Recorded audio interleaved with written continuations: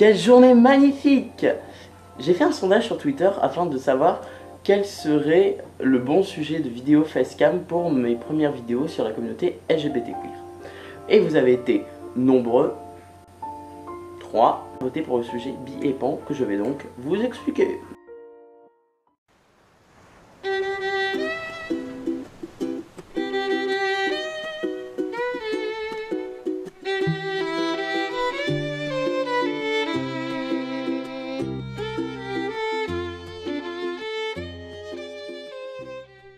Qu'est-ce que bi?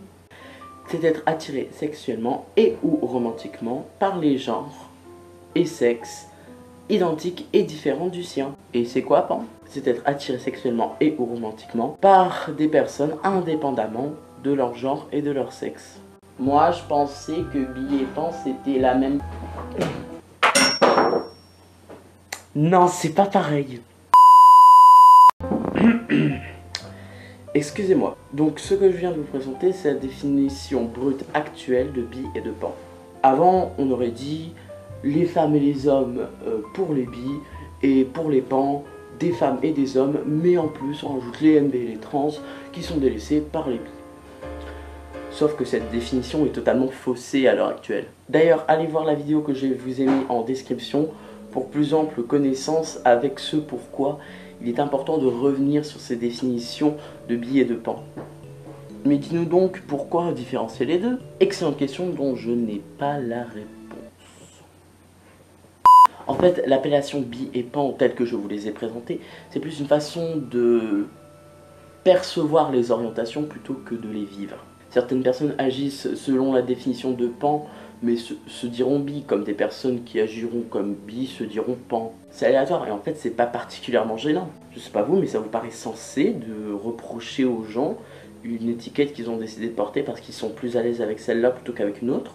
Parce que moi, tant que les gens se sentent bien, qu'elles vivent bien leur façon de se définir, je n'ai aucun problème à ça.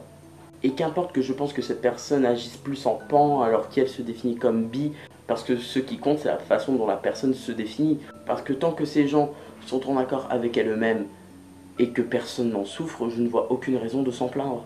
Mais sachez qu'on peut aussi unir les deux, en allant plus profondément dans la définition de ces orientations. Vous pouvez vous définir comme ayant une attirance sexuelle bi parce que le genre et le sexe de votre partenaire vous semble important dans la façon dont vous vivez votre sexualité. Alors que romantiquement, on s'en bat les couilles, on s'en bat les couilles, on s'en bat les couilles, on s'en bat les couilles, on s'en bat les couilles, on s'en bat les couilles, on s'en bat les couilles, on s'en bat les couilles, on s'en bat les couilles, on s'en bat les couilles, on s'en bat les couilles, on s'en bat les couilles, couilles.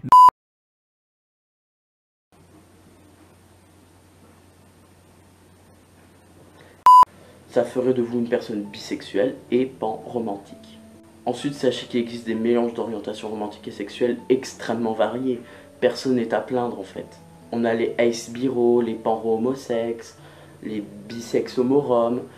On peut vraiment tout faire et c'est soulageant pour les personnes qui se sentent oppressées du fait que leur orientation romantique ne suit pas leur désir. Pour résumer, il faut simplement être en accord avec soi-même, que l'on se dise pan ou bi. D'ailleurs, je crois que les seuls cas où on peut souffrir d'une appellation bi ou pan, c'est quand on fait partie d'une union gay ou lesbienne et que l'appellation bi ou pan nous dérange parce qu'on a l'impression de n'être que de passage, de ne pas être signifiant dans la vie de la personne avec qui on partage des moments intimes.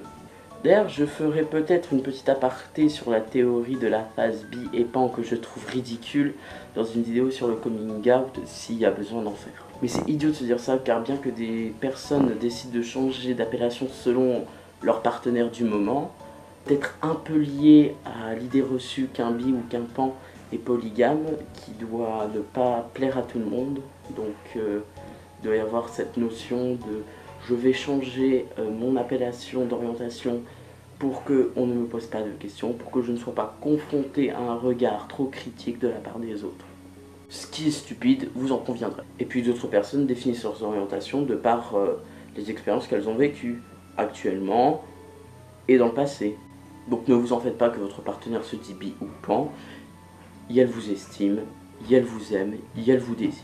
Vous comptez beaucoup pour cette personne et j'espère que vous compterez encore longtemps pour elle dans l'avenir.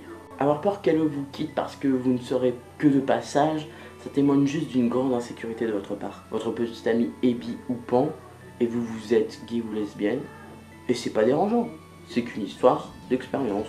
Alors oui, vous avez peut-être déjà eu des expériences avec des genres et sexes différents du vôtre, sans que cela vous conduise à vous définir comme pan ou bi.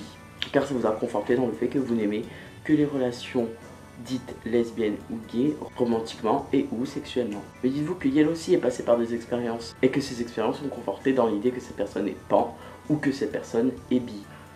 Et ça n'en est pas un mal, car il n'y a aucun mal à être sûr de soi. Pour résumer toute cette vidéo, définissez-vous comme vous le souhaitez, que ce soit bi ou pan.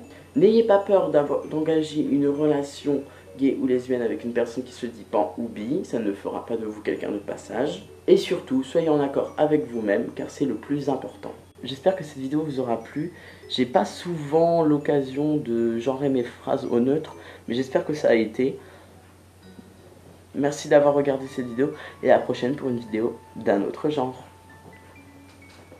Comment on éteint ?